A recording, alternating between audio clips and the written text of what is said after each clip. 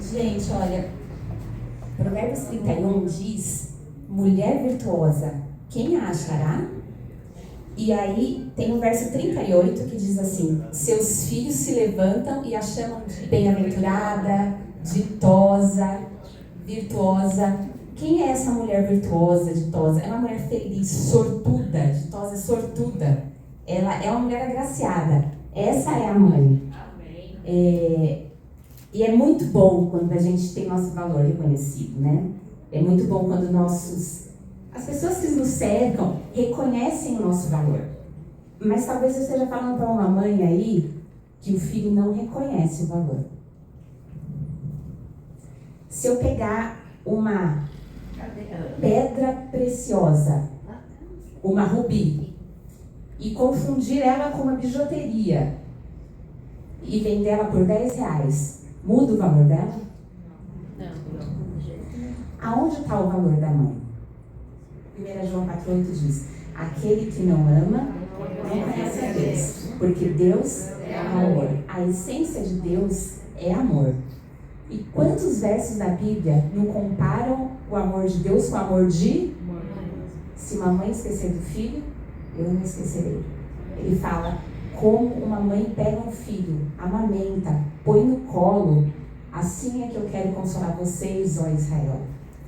O seu valor está num pedacinho do amor de Deus que Ele colocou dentro de você.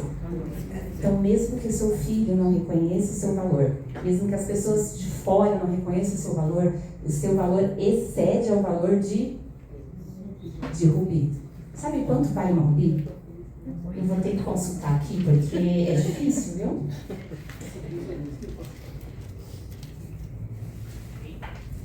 Uma única rubi diz que é 7.500 por quilate. R$7.500, tá? Não sei. Mas a pedra mais valiosa que já foi vendida de rubi vale mais do que ouro e diamantes. Ela foi vendida por 174 milhões de reais. 174 milhões de reais. Sabe quantas gramas ela tinha? 11 gramas. Multiplica as gramas que você tem aí. 174 milhões. O seu valor excede ao de rubis. Amém. É isso que Deus está dizendo para você. Amém. E mesmo que ninguém reconheça, Deus sabe o seu valor. Amém. E você será honrada no momento certo. Espero que seja amanhã. Amém. Amém. Vamos orar? Querido Deus, nós temos aqui na sua casa, neste momento, muitas pedras preciosas, de grande valor, muito mais valor do que o dinheiro pode comprar. Senhor, elas têm uma missão, assim como todos nós, de espalhar o amor. E o Senhor deu a família para que nós possamos aprender a amar. E o Senhor deu a mãe para nos ensinar o que é o amor. Que elas possam amar e também serem amadas e reconhecidas por nós. Amém. É isso que eu te peço, te agradeço em nome de Jesus. Amém. Preciso me entregar, Senhor. Preciso a ti me entregar. Preciso ouvir tua voz a me falar.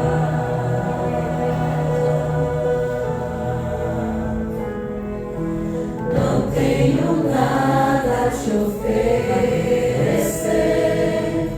somente um coração impuro e pecador.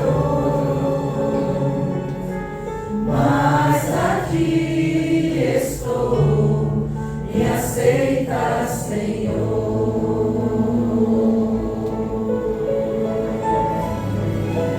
Toma os meus pensamentos, meus dons e meus bens.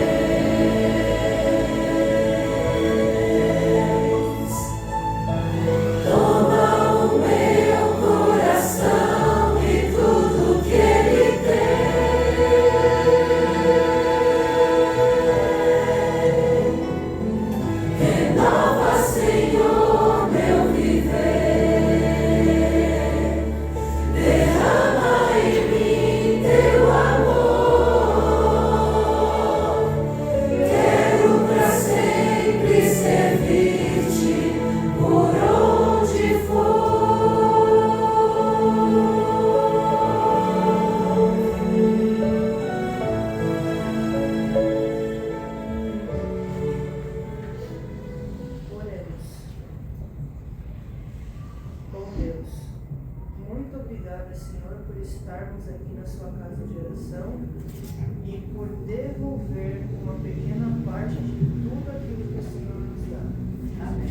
Obrigada porque o Senhor é bom. E gostaria de pedir, Pai, em nome de Jesus, que o Senhor pudesse abrir uma porta de trabalho àqueles que encontram desempregados. E que o Senhor possa receber esses dízimos e ofertas. E obrigada por tocar no coração daqueles que aceitam que o dízimo e a oferta é para a sua obra. Que todo dízimo e oferta seja voltado, para a pregação do Evangelho e para a manutenção da tua casa. Abençoe também aqueles que não puderam doar, o Senhor sabe o motivo de cada um. Permaneça conosco no culto, te peço e agradeço em nome de Jesus. Amém. Amém. Aquele que promete a vida eterna a todo que nele crê.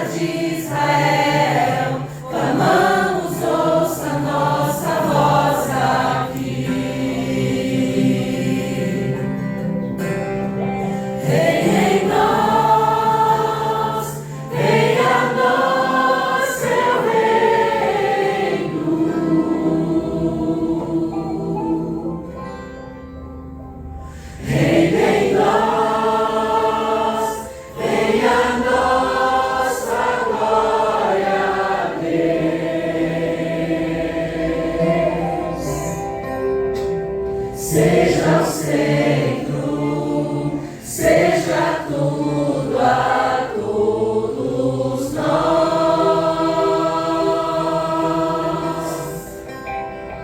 Seja o centro, seja tudo a todos nós.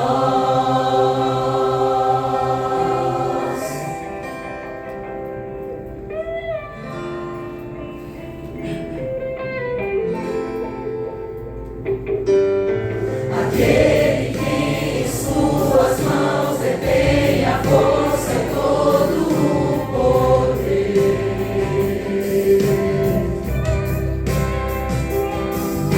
Aquele que promete a vida eterna a todo que nele crê.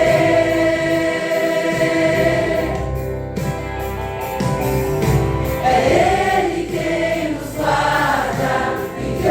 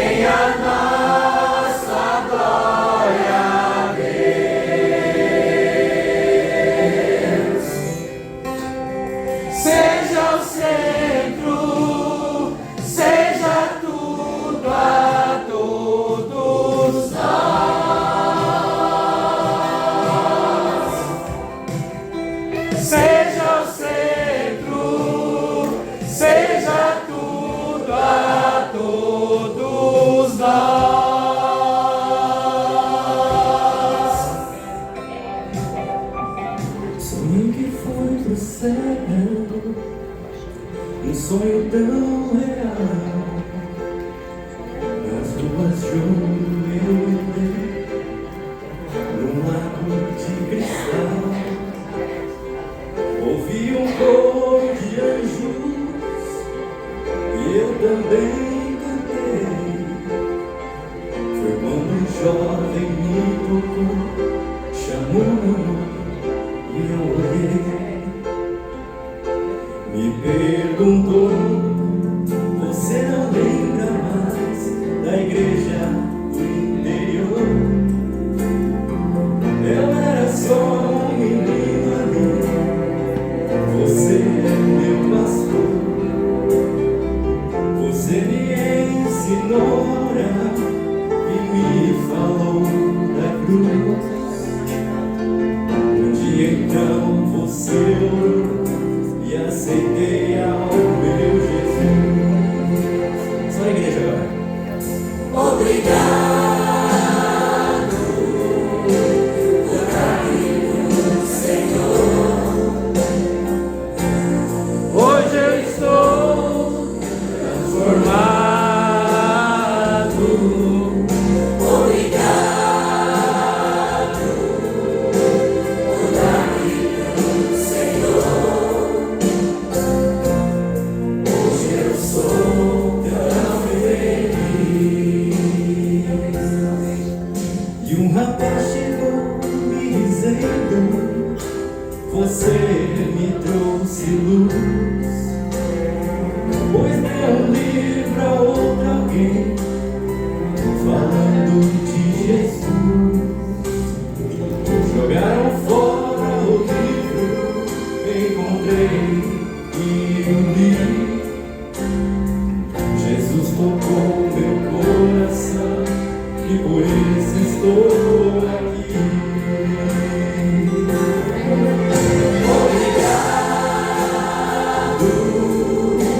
Por dar-me pro Senhor. Hoje eu estou transformado. Obrigado por dar-me pro Senhor. Hoje eu sou tão feliz. Um a um foram vindo, formando uma multidão. Vidas ganhas porque amei, tive fé e compaixão. Só você agora.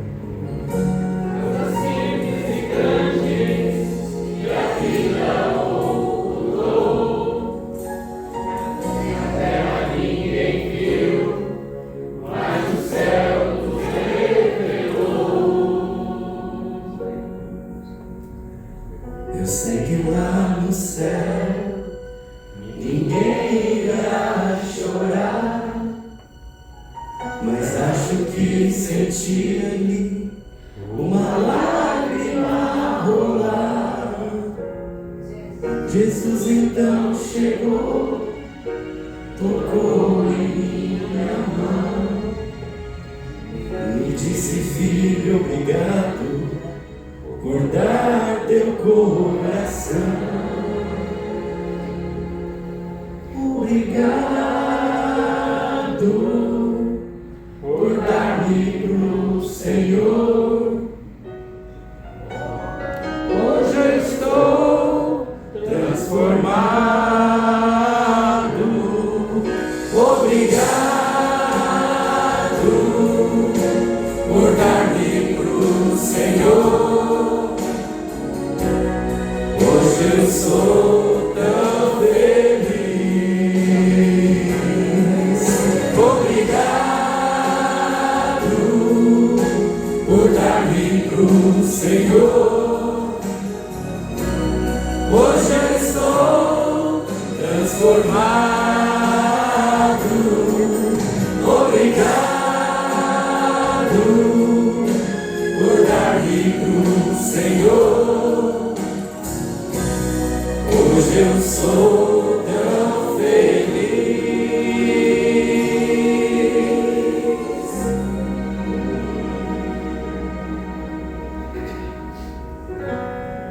Hoje eu sou tão feliz. Só um jeito aqui. Dois hinos que foram bem interessantes para o tema dessa manhã. Aquele corpo e família, né? Falando da importância de a gente ter um irmão e estarmos unidos, né? Como família, como igreja. E agora o Pedro cantou, né? Obrigado por dar-me o teu coração. Né? Quando a gente fala em amor, quando a gente fala em relacionamento, antes de tudo nós temos que lembrar que o amor ele começa de maneira vertical e depois ele vai se revelar horizontalmente. E é sobre isso que nós vamos falar dessa manhã. Quantos aqui já se sentiram incompreendidos em um relacionamento? Quantos aqui já amaram alguém sinceramente e mesmo assim essa pessoa não se sentiu amada? Você amava, mas a pessoa não se sentia amada. Muito bem. E quantos aqui já estiveram cercados de pessoas, mas ainda assim se sentiram sozinhos? Hoje nós vamos falar sobre relacionamentos. Vamos falar sobre como o coração está por trás desses relacionamentos.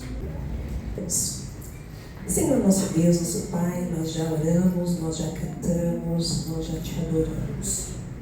E agora nós estamos abrindo a Bíblia mais uma vez. E quero pedir que o teu Santo Espírito me use para falar esta manhã.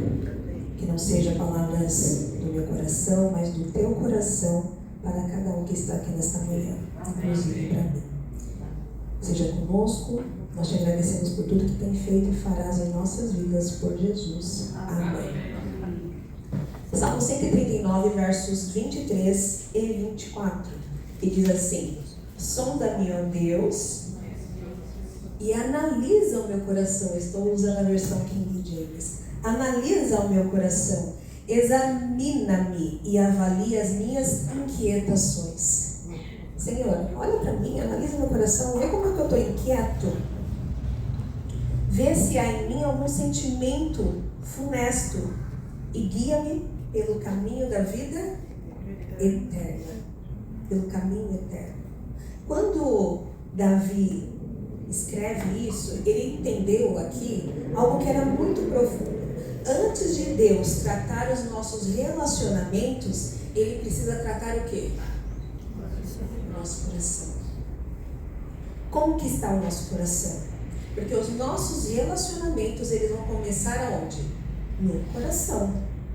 E ninguém consegue amar bem sem primeiro permitir que Deus trate o interior humano, o coração humano. O problema dos relacionamentos, ele não está apenas nas pessoas, mas também no coração. Nós vivemos hoje uma geração que está todo mundo conectado, todo mundo tem todo no celular, nas redes sociais, no computador, na frente da TV. Mas, mesmo assim, com tanta informação, com tantas emoções, ainda se sentem sozinhos. Pessoas que estão falando de amor, mas sem receber amor. E pessoas que elas estão cercadas de gente, mas elas estão vazias por dentro. Esse é o mundo que nós estamos vivendo. E talvez a grande crise da humanidade não seja a falta de informação, mas a crise da humanidade é a falta do amor verdadeiro. O mais interessante é que Deus, Ele já havia mostrado nas Escrituras qual o centro de tudo isso, como viver um amor verdadeiro. Então nós vamos agora ler Mateus 22, que ali é onde Jesus explica como que nós deveríamos amar. O maior mandamento. Assim que os fariseus ouviram Jesus havia deixado os saduceus sem palavras, reuniram-se em conselho. um deles, juiz perito na lei, formulou uma pergunta para submeter Jesus à prova. Ou seja, estavam ali reunidos, e aí um deles, que era o juiz, que era o maior deles, formulou uma pergunta, tipo, na mira da verdade, para colocar Jesus numa enrascada. E aí, Jesus, a pergunta foi, no verso 36, Mestre, qual é o maior mandamento da lei? E aí, no 37, asseverou-lhe Jesus, amarás o Senhor teu Deus de todo o teu coração e de toda a tua alma e com toda a tua inteligência. Esse é o primeiro e maior dos mandamentos. O segundo, semelhante a este, é amarás o teu próximo como a ti mesmo. E esses dois mandamentos estão sujeitos toda a lei e os profetas. O que Jesus estava querendo dizer aqui? Que quando os fariseus vão questionar Jesus, a gente precisa também entender um pouco quem eram os fariseus, né? Os fariseus eram um grupo religioso judaico que era muito importante, muito influente naquela época. Se houvesse redes sociais naquela época, talvez eles fossem os que mais tivessem visualizações pela influência que eles tinham. Porém, eles eram conhecidos também como aqueles que eram maiores conhecedores da lei de Moisés.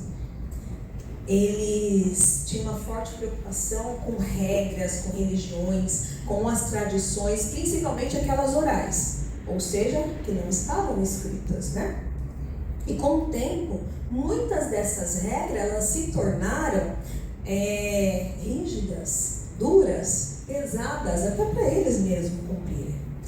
Mas, ainda assim, eles estudavam e ensinavam as escrituras com rigor, né? Talvez com uma certa rigidez, com uma certa bravura, porque eles buscavam uma religião pura, uma religião com moralidade.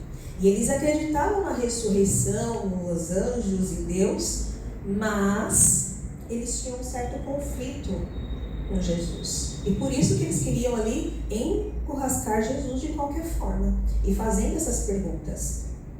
Mas o que eu posso aqui afirmar para vocês é que nem todos os fariseus eram ruins. A gente tem até o exemplo de Nicodemos, que procurou Jesus com sinceridade de coração.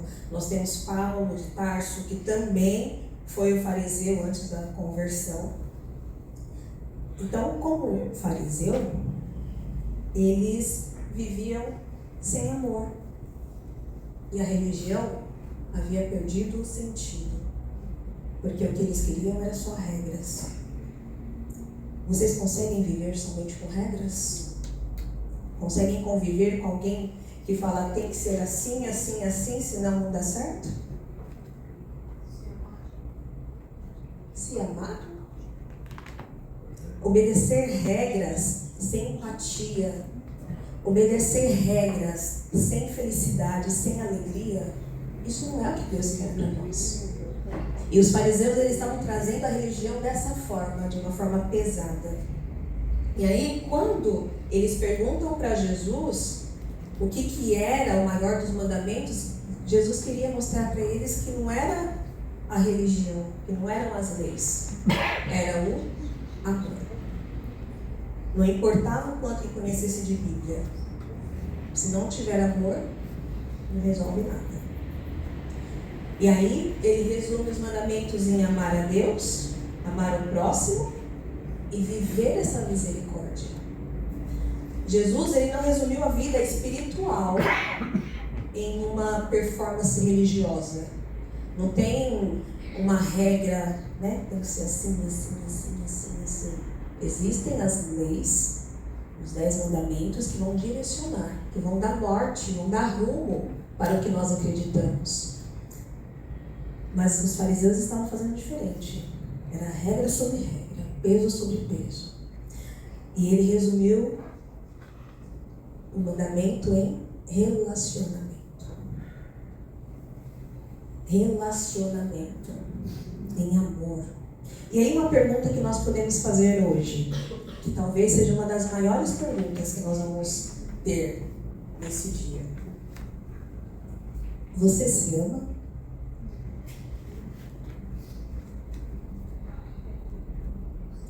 Você se sente amado? Amar é uma coisa. Se sentir amado é diferente. E é por não se sentir amado que muitas das pessoas, como eu falei anteriormente, elas estão se sentindo vazias. Mesmo estando rodeada de pessoas, se sentem vazios, se sentem sozinhos. Porque não se sentem amados. Você já ouviu falar sobre as 5 linguagens do amor? Sabem? Podem falar para mim quais são? Tempo de qualidade, ou seja, não é só estar ali. É você estar ali e estar presente com a pessoa. É se fazer presente. Atos de serviço, que é o servir. Quem ama, serve. Né? O que mais? Toque físico. Palavras de afirmação. Presentes. O cuidado entra no toque, né? O cuidado vai entrar nas palavras de afirmação, no tempo de qualidade. Tudo isso se resume em cuidado. Mas cada um de nós entendemos que nós nos sentimos amados em algumas desses aspectos. Então pode ser que eu me sinta amada com palavras de afirmação. Mas a minha irmã, ela se sente amada com tempo de qualidade. E isso faz toda a diferença no relacionamento. Isso faz toda a diferença em viver em comunidade, em família. Porque pode ser que o esposo, ele se sinta amado com presente. Mas a esposa, ela se sente amada com um toque físico. Então, se a esposa não recebe um toque físico, ela se sente amada? Se o marido não ganha presente, ele se sente amado? Se o filho precisa de palavras de afirmação e não recebe isso, ele se sente amado? Ele se sente compreendido? Entende a diferença de amar e ser amado? O ser amado é o que você recebe. É o que nós entendemos como receber o afeto, como nós percebemos o afeto. E o amar é o que nós oferecemos. Claro que tudo isso vai estar dentro do que nós podemos também, né? Não é que o meu esposo gosta de um presente, mas ele só gosta de presente caro. Eu não tenho condições. Então eu tenho que oferecer presentes dentro do meu limite. Eu tenho que oferecer toque dentro do meu limite. Para que você também se sinta bem. Né? E aí? Dentro dessas 5 linguagens de amor, como que você se sente amado? Você gosta mais de presente? Você gosta mais de tempo de qualidade? Você gosta de atos de serviço, que alguém faça alguma coisa para você? Você gosta de toque? O que você gosta? Como que você se sente amado? Você se sente amado quando alguém faz alguma coisa, sei lá, um prato especial e te dá, olha, lembrei de você e trouxe para você. Isso não é encher de carinho? Nós precisamos, na verdade, de todos esses 5 eixos, digamos assim, né? Dentro do ser amado. Só que, às vezes, para cada um prevalece um maior do que o outro. Né? Então, o amor, ele envolve escolha, entrega, cuidado, responsabilidade afetiva. O amor saudável, ele não depende apenas da emoção momentânea. Ele vai aparecer com algumas atividades específicas, seja o cuidado, o respeito, um permanecer, um estar junto. um cuidar mesmo nos momentos difíceis. E Jesus, ele trouxe isso pra gente. Quando ele fala amar ao próximo. Quando fala em amar ao próximo, é eu parar de enxergar a mim, deixar às vezes de ser até um pouco egoísta, para olhar e sentir e entender a necessidade do próximo. Agora vamos pensar numa lógica. Se eu olho a necessidade da Ângela, e aí eu atendo as necessidades da Ângela, a Ângela vai entender e vai se preocupar com as necessidades do Anselmo. O Anselmo vai se preocupar, não sei como vai entender as necessidades da Célia. A Célia vai entender as necessidades da Maura. A Maura vai entender as necessidades da Genilda. A Genilda vai entender as minhas necessidades. Perceberam o círculo? Em família nós estamos fazendo isso? Se nós entendêssemos a real verdade que Deus deixou aqui, amar ao próximo e cumprir esse mandamento, fazer o que Ele está deixando, colocar o amor em prática, o mundo não seria diferente. A nossa comunidade cristã não seria diferente. As pessoas com quem nós trabalhamos, nos relacionamos, não seria diferente o ambiente. Tudo começa dentro do coração. Quando nós paramos para nos conectar com outras pessoas. E por que as pessoas elas precisam entender? Porque qual ponto ela precisa de mais atenção com relação ao amor que ela, como ela se entende sendo amada? Porque nós tivemos aí uma educação, uma criação, onde algumas das nossas necessidades não foram supridas, não. Quando a criança nasce, ela nasce com o desejo de aprender, de ser acolhida.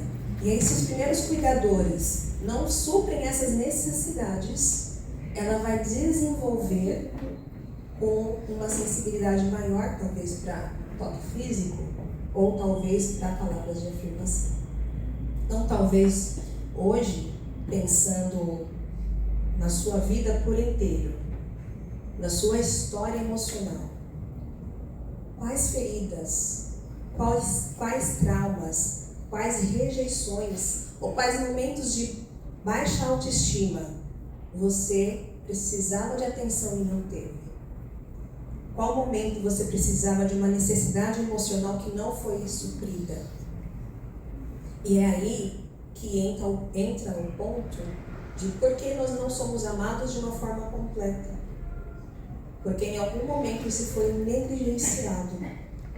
Porque talvez esse círculo de amor, como eu mencionei antes, não foi elaborado perto de você ou com você.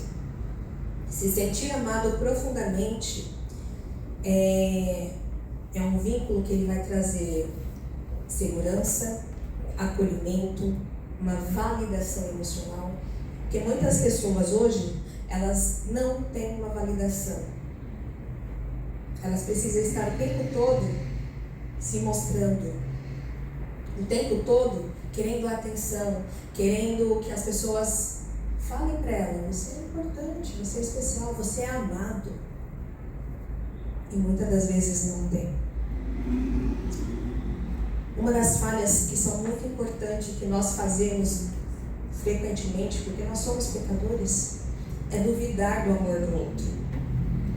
É exigir provas constantes. Se você me ama, você vai fazer tal coisa. Isso não é de Deus. E isso faz que nós nos sentimos, sintamos vazios, mesmo sendo amado por outro. Então pode ser que a Ângela faça de tudo para me sentir amada, mas eu não estou me sentindo. Porque talvez a minha necessidade não foi suprida. E por isso que é importante a gente compreender o próximo. Por isso que é importante a gente olhar com mais carinho as pessoas que estão ao nosso redor. Tem pessoas que elas demonstram amor servindo, e outras pessoas apenas uma palavra e uma presença já é o suficiente. Enquanto um marido pode dizer eu te amo de um lado, a mulher pode falar eu não estou me sentindo amada. Enquanto a mãe fala eu te amo, filho, está lá trabalhando, se descabelando, fazendo de tudo pelo filho, mas o filho não está se sentindo amado. Por quê? Porque não estão sendo compreendidos as linguagens de amor de cada um, tanto da mãe quanto do filho. Mas o importante é que Deus ele existe para nos fazer nos sentirmos amados. Porque nem sempre nós vamos conseguir demonstrar o amor, mas nós temos um Deus que faz nos sentir amados, e isso faz toda a diferença. Amém. Nós temos estudado aí sobre emoções na escola sabatina, sobre relacionamento com Deus, como que interfere as nossas emoções nos relacionando com Deus. Porque tem pessoas que cresceram ouvindo de um Deus que era rígido, de um Deus que você não podia fazer nada. E não é essa a realidade. Deus é um Deus de amor. É um Deus que quando você vai falar, Ele não vai te julgar. Ele vai só te ouvir e te mostrar o caminho certo. E muitas das vezes quando alguém vem para nós para conversar, a gente vai primeiro julgar e depois vai exigir que a pessoa faça o que você quer. E não é isso que Deus quer. Não é isso que Deus faz.